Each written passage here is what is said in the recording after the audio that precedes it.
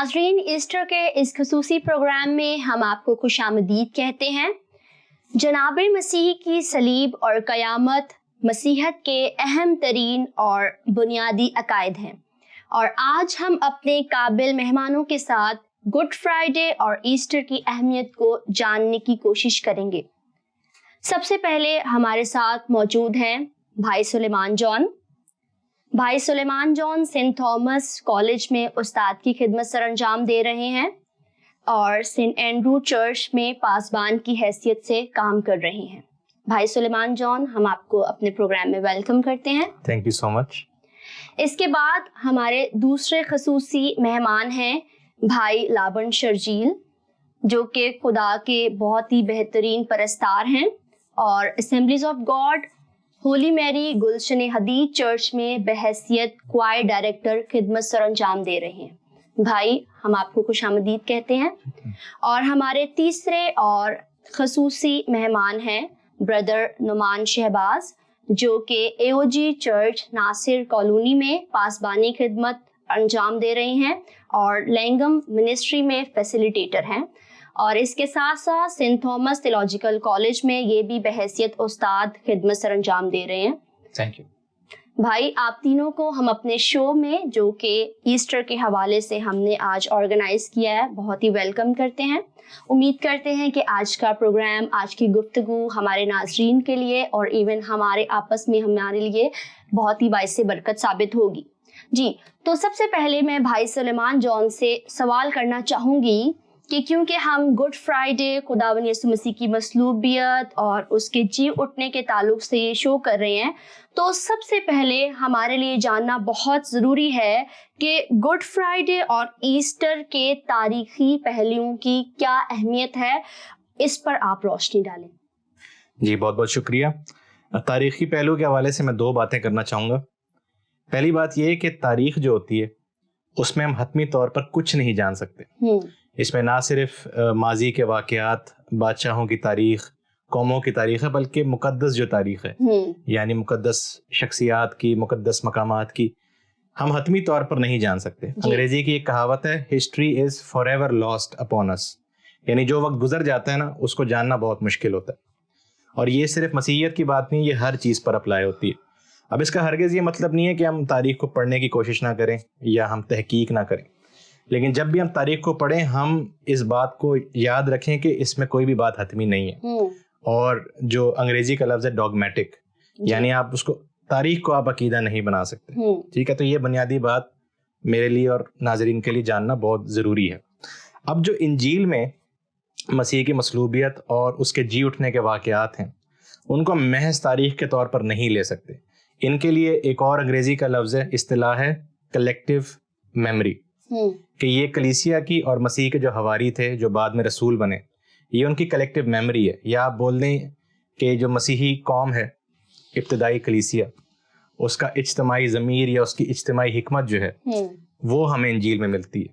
تو مسیح کو بحیثیت اس کی جو صلیب ہے، اس کا جو جی اٹھنا ہے مردوں میں سے، اس کو بطور واقعات کے طور پر نہیں بیان کیا گیا، بلکہ اس کی الہیات کو، یعنی ہماری ایمان پھر اس کا کیا اثر ہوتا ہے اگر مسیح ہمارے لیے قربان ہوا، یا مسیح مردوں میں سے جی اٹھا، یا اس کی قبر آج خالی ہے، تو اس کا ہمارے ایمان پر کیا اثر پڑتا ہے، یہ ہمیں انجیل مقدس سکھاتی ہے۔ تو انجیل مقدس میں جو مقدس روایات ہم تک پہنچی ہیں، اس کا میں آپ کو ایک تھوڑا سا جائزہ دے سکتا ہوں کہ تاریخ کے حوالے سے انجیل مقدس ہمیں سکھاتی ہے کہ مسیح یسوع ایک جھوٹے مقدمے میں اس کو پھنسایا گیا، اور اسی لیے اس کو صلیب دی گئی، کہ اس پہ غداری کا مقدمہ بنایا گیا رومی سلطنت کے خلاف۔ ٹھیک ہے، جو مین ہمارا، یا جو آپ سمجھے بنیادی روایت ہے، وہ یہ ہے کہ یہ جمعے کے دن صلیب کا واقعہ ہوا، جو یہودیوں کے یہاں فسح کی عید منائی جاتی تھی، جس پہ وہ برہ قربان کرتے تھے۔ ایک روایت یہ ہے کہ وہ فسح کے دن سے پہلے، لیکن غالب رائے یہی ہے کہ وہ فسح کے دن پر قربان ہوا۔ ٹھیک ہے، اس کے بعد اس کو جب صلیب دی گئی، اس کی موت واقعہ ہوئی، اس کے بعد کچھ نیک یہودیوں نے اس کے جسم کو، اس کی لاش کو وہاں سے اتارا اور اس کو باعزت طور پر ایک قبر میں اس کو دفن کیا۔ اور اس کے بعد چند عورتیں جو مسیح کی شاگرداں تھیں، وہ جب اس کی تدفین کرنے جا رہی تھی 3 دن کے بعد، تو وہاں پر ان کو ایک فرشتہ ملتا ہے جو ان کو ایک خوشخبری دیتا ہے کہ جسے آپ ڈھونڈ رہے ہیں وہ یہاں نہیں ہے.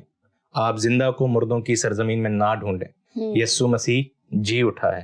تو یہ ایک خاکہ ہے. اور پھر مسیح جو ہے وہ اپنے حواریوں پر, مختلف ایمانداروں پر ظاہر ہوتا ہے, زندہ مسیح.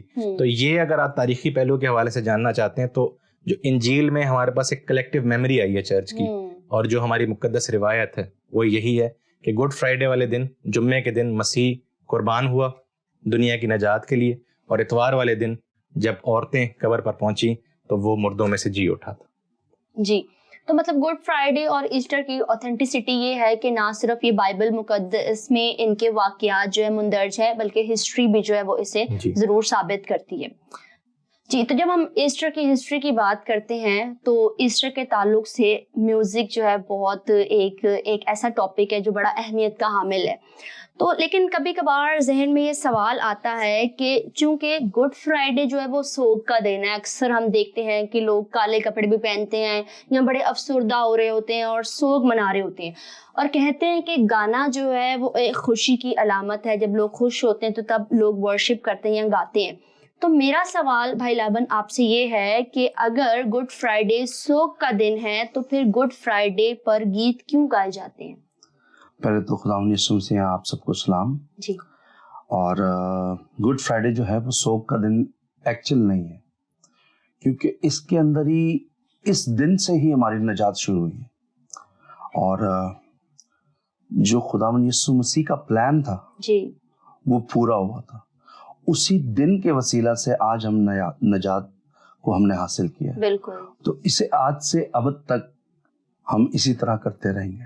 جی, تو جب ہم بات کرتے ہیں کہ ہم نے تاریخ کی بات کی, ہم نے یہ دیکھا ہے کہ کیوں ہم اس پہ ورشپ کرتے ہیں اس دن, کیونکہ یہ ہمارے لیے خوشی کا دن ہے. اور خوشی کیوں ہے کہ اگر خداوند یسوع مسیح جو ہے وہ آج تک قبر بھی رہتے تو پھر وہ ہمارے لیے خوشی کا دن نہ رہتا, کیونکہ وہ مردوں میں سے جی اٹھے ہیں, تو اس وجہ سے یہ ہمارے لیے خوشی کا دن ہے. تو بھائی نعمان, آپ سے میں پوچھنا چاہوں گی کہ یہ جو خداوند یسوع مسیح کا جی اٹھنا ہے, جسے ہم ایک ورڈ میں قیامت کہتے ہیں, اس سے کیا مراد ہے؟ تھیولوجیکلی طور پر اس پہ تھوڑی سی روشنی ڈالیں. خداوند یسوع مسیح کا مردوں میں سے جی اٹھنا ہمارے مسیحی ایمان کا بنیادی نقطہ ہے, اور ہمارا اس پر ایمان جو ہے ہمارے مسیحی ہونے کے لیے بہت ضروری ہے.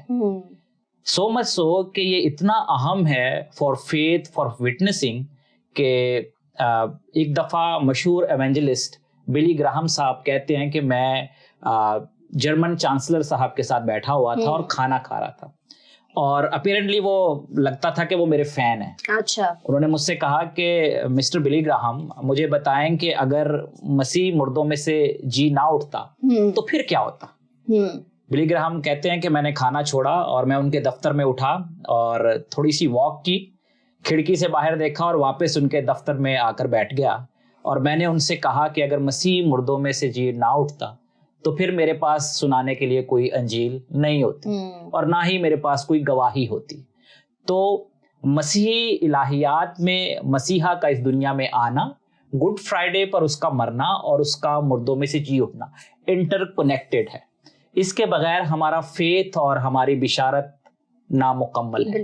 مسیحا کے جی اٹھنے میں ہمیں پرانے عہد نامے کی نبوتوں کا تکمیل ہونا ہم اس میں پاتے ہیں, خاص طور پر جو وعدہ خدا نے بزرگ داؤد سے کیا تھا کہ تیری نسل میں میں ایک ایسا شخص بھیجوں گا جو تیرے تخت پر بیٹھے گا اور اس کے تخت کی انتہا نہیں ہوگی اس کی سلطنت کی.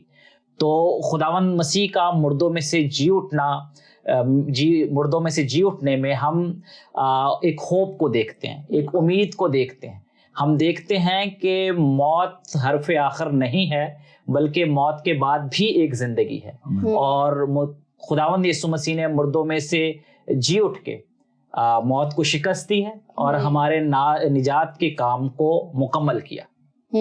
تو اس کا مطلب یہ ہے کہ جب ہم گڈ فرائیڈے کی بات کرتے ہیں, ہم ایسٹر کی بات کرتے ہیں, تو اس کی مرکزی شخصیت کون ہے؟ خداوند یسوع مسیح, آف کورس. تو خداوند یسوع مسیح کی جب ہم بات کرتے ہیں تو پھر دل سے نکلتا ہے کہ واقعی اس جیسا ہمارے لیے کوئی نہیں, کیونکہ اس نے ہمیں اس اندھیرے میں سے نکال کر روشنی میں ڈالا. اسی کے تعلق سے ناظرین آئے ہم ورشپر لابن بھائی کے وسیلے سے ایک گیت سنتے ہیں, تم سا کوئی نہیں, تم سا کوئی نہیں. تم سا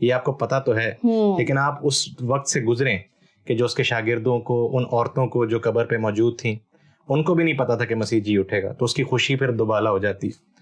بنیادی بات یہ ہے کہ جیسے میں نے پہلے آپ کو جواب دیا تاریخی پہلو سے, کہ مسیح کی جو موت ہے وہ بنیادی طور پر ایک ناانصافی اور ایک وائلنس کی داستان ہے, کہ اس پہ ایک جھوٹا مقدمہ بنا کے رومی حکومت نے اسے صلیب دی, اس کا قتل کیا گیا. ٹھیک ہے, اب سوال پھر یہ پیدا ہوتا ہے کہ جو دنیا کی سلطنتیں ہیں یا دنیا کے جو لوگ ہیں, کیا وہ خدا کی بادشاہی سے جیت سکتے ہیں, یا خدا کا مسیحا وہ اس طرح مر سکتا ہے, اس کا یہ انجام ہے؟